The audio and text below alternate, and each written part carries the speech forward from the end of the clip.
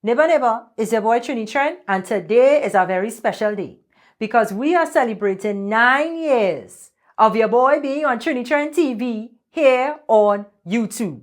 Now that is if you don't count the 2 years that I just take off, plus it had a year some time back, plus the many months that I take in between, give or take.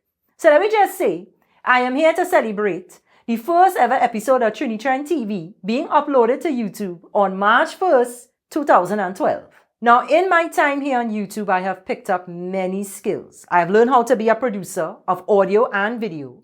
I've learned how to write scripts, how to be a host, how to be a marketing professional. Here now, I pick up all kinds of skills. I'm a prime communicator.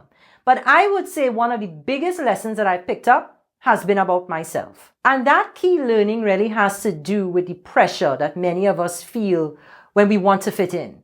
You know, we all have felt this as children, as teenagers, as young adults, as fully formed adults who still look young. You know, many of us have felt this pressure to fit in, and it really can be all-consuming sometimes. And I've experienced that in a very interesting way here on YouTube. Now, when I first got started on the internet as a writer, as a little blogger, and then eventually progressing to YouTube, it was because I could not find my footing in the local media scene here in Trinidad and Tobago. And I spoke about that in a recent episode of Trini Trent TV. First, we talked about all kind of things here on the channel.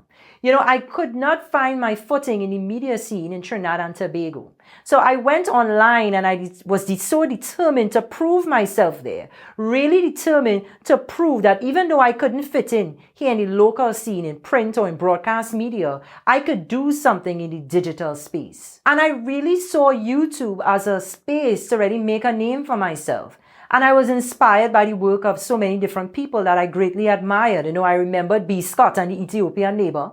I remembered Zem Van Adams being such a great public speaker, Kevin from the Scorpion Show. But one thing I picked up as I reflected on that time was the fact that many of these people, if not all of them, were African American. You know, I couldn't find a person here in Trinidad and Tobago or anywhere in the Caribbean that really was making the type of content that spoke directly to me.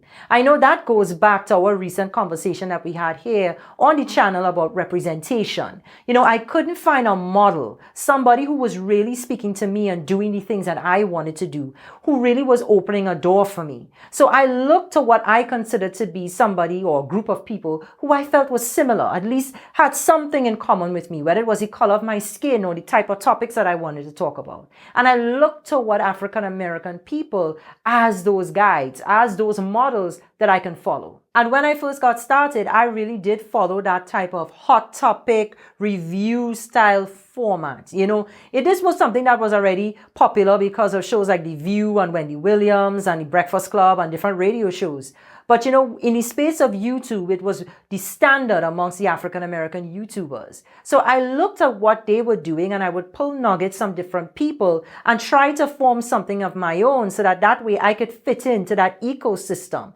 And I would apply that approach to, you know, the different American pop culture issues that caught my eye, or I would talk about current events, or even stuff here in Trinidad and Tobago. And that was one of my ways to really try to, even though I was trying to fit in, I was also trying to stand out just enough, just to be my own person in that mix. So I would bring in Trinidadian topics. Like, for instance, I remembered reviewing the Soca Monarch competition. We spoke about soca music recently here on the channel.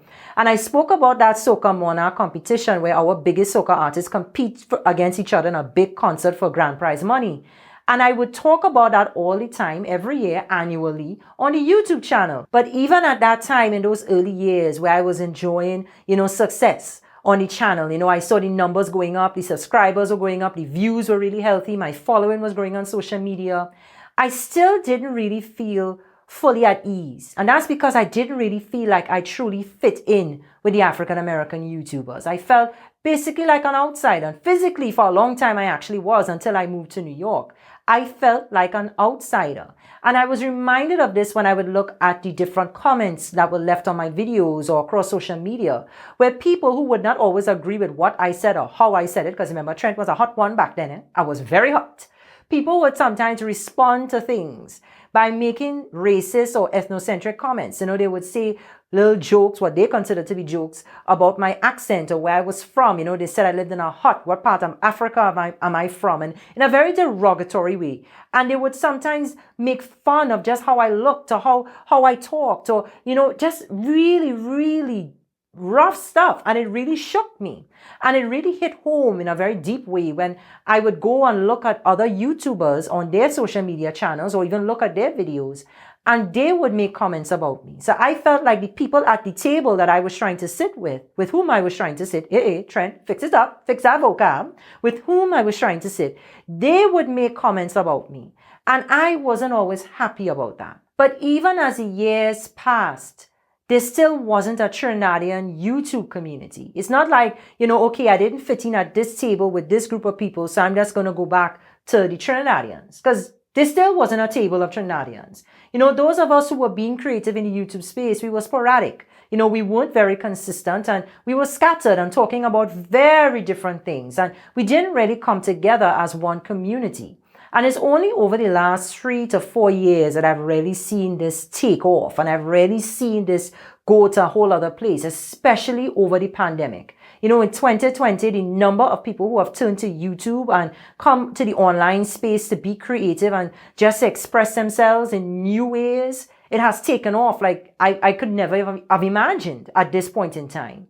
But even still, I don't really feel like I fit in. And that's because the few of us who are online are scattered across those different niches. Everybody, or niches, as some people say.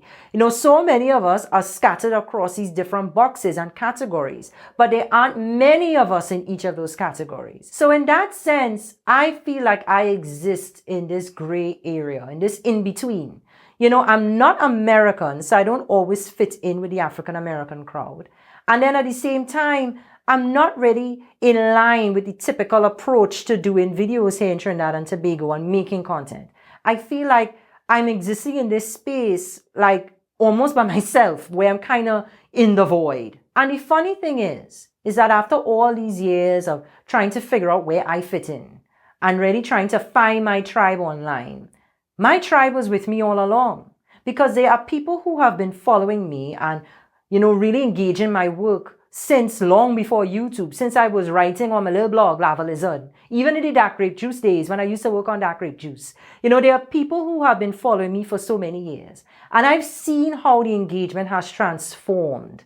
I'm watching my camera to make sure they're cut off. I've seen how the engagement has transformed. Because I remembered when I was trying to fit in and I was just doing what everybody else was doing, I was getting like 1 or 2 comments. People weren't really that deeply invested. But now, over the last year especially, I've seen people really leave long, detailed comments and, share the stories of their lives and their lives. I say lives.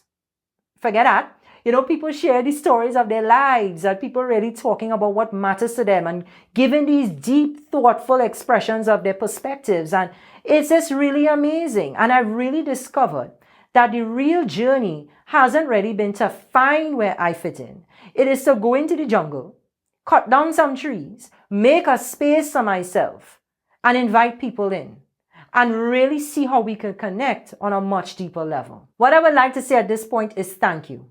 Thank you to everyone who has supported the show over the years, even before I got on YouTube, when I was writing on my little blog, and you follow me here.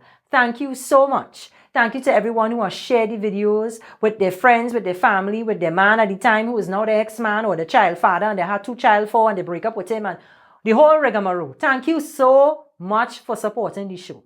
Even the people who now join the party, thank you for joining at this late stage. I welcome you all the same. So as a special gift, while I'm going through all this in my head and going down my thank you list, my little Oscar acceptance speech, I had to make a little announcement.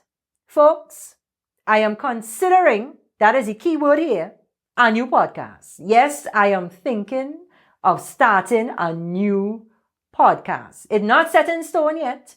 It's just an idea I'm exploring, I'm playing with in my head. Because if I get into a podcast, I have to figure out how I'm balancing that with YouTube and a job and a personal life and, trying to keep my mental, emotional, financial, physical health, spiritual health in this great time that we call pandemic and COVID.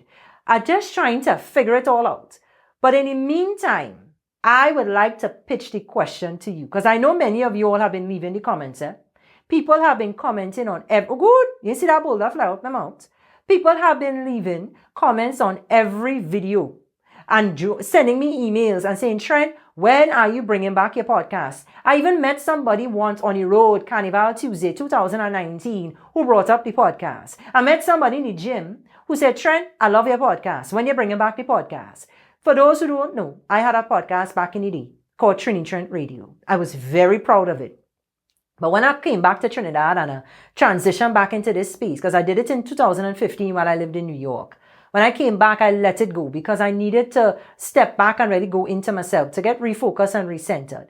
But now I'm ready to start something new because I felt that podcast was a moment in time and I'm so proud of it. And I want to bring that new energy to this space in 2021. But I'm still just playing with the idea and I'm not fully committed to it yet. So what I want to know from you is this. Will you listen to a podcast by your boy Trini Trent? Will you listen to our podcast? Let me know in the comment section below. Tell me the kind of things you would want to hear too. Just let me know, are you interested in a podcast from me? I'm very curious to know what you have to say.